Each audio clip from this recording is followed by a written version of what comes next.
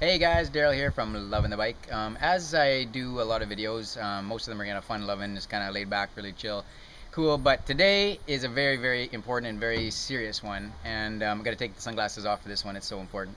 All right, so I don't know about you, if you're a cyclist like me, but I have totally had it with vehicles, man. Like I'm tired and sick and tired of being invisible on the road and people not paying attention, being distracted with cell phones or whatever it is, just not paying attention, not recognizing cyclists on the road who are out there, saving the world with, environmentally ways to get around, being healthy, all those good things. I don't have to tell you about that, but I've just had it, man. Like I just can't stand drivers.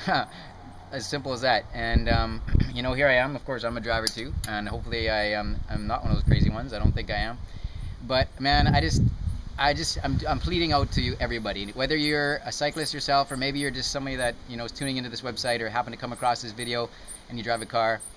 Maybe you don't even drive a car, but if you can spread this message, even better. I just really need something to get done, man. Like there's things happening, there's organizations, there's ways people are trying to make the world a safer place for cyclists, but time goes on, people get killed, people get hurt, people get injured. It's just it's not happening. Something's got to get done, and until we band together, take this over as a force, and just freaking get out there and pound people until they know what they're doing and not be so stupid on the roads, it's not going to happen. So I know there's people tuning in, listening, drivers saying, oh, that's not me, I'm safe on the roads, I can do this, I can do that, I'm not going to have any issues. But that's exactly what the dude was thinking before he nailed my friend Eric back in St. Croix a few years ago on his bike. That's exactly what the lady was thinking when she nailed my friend Al and put him into a coma for years. Never really thought he was ever going to get back and see his family ever again. Luckily, he is around, and he's started this great organization called Be Kind of Cyclists. Actually, Eric and his wife Pamela have started an organization too. It's called Not Another Sunday Driver. And I'm going to put the links to all these below so you can check out these organizations.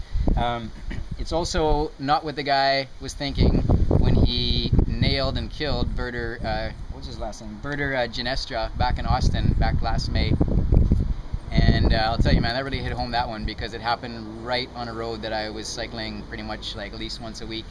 And just goes to show that, all it takes is one guy just to not pay attention, drift into the passenger lane or into the side lane and nail a cyclist and kill him. And I'll tell you, I don't care if it's here in Grenada, where I'm really tired of feeling invisible.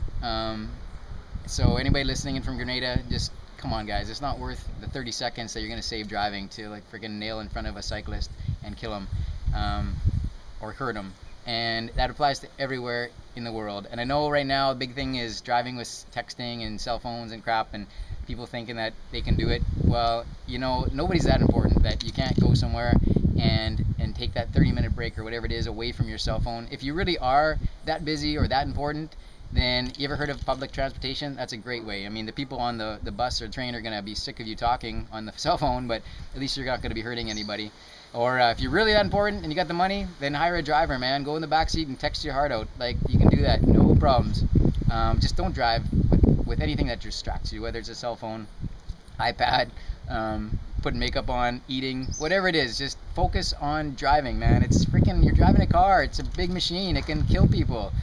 Don't be putting yourself or anybody else in danger. I do not want that. And yeah, man, I'm just tired of it, and got to say something. I'm gonna put a little link, or actually a picture of a really cool little picture done by a Bikey Face, talking about being invisible and kind of the lighter side of it. But I mean, I know she was trying to be serious on it as well. So check that out and pass this around, man. I'm not just trying to get hits on my website. This is something that we just got to do, man. Just spread the word. If you see somebody driving like a maniac, tell them to slow down, tell them to stop. If you see somebody texting or on their cell phone, tell them to get off that thing, man. They don't need to be doing that when they're driving. Educate people. It's up to us, man. Like, there's organizations out there, but they're not getting the message out fast enough. We got to do this. I don't want to lose any more of my cycling friends. I don't want to be, somebody that, loses, my family has to lose and has to raise, my wife has to raise her kids on her own.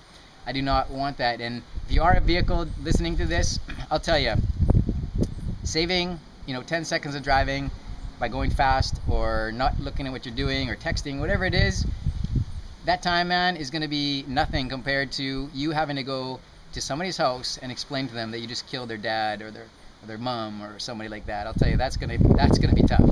So I don't want to see that happening. And one more thing, just don't think of us as cyclists out there. Sure, you might be just like thinking, yeah, we're just people out there on our bikes, but we're not. We're dads, we're moms, we're sons, daughters, and people that need to get back home. So treat us good and spread the word, guys. Let's do this.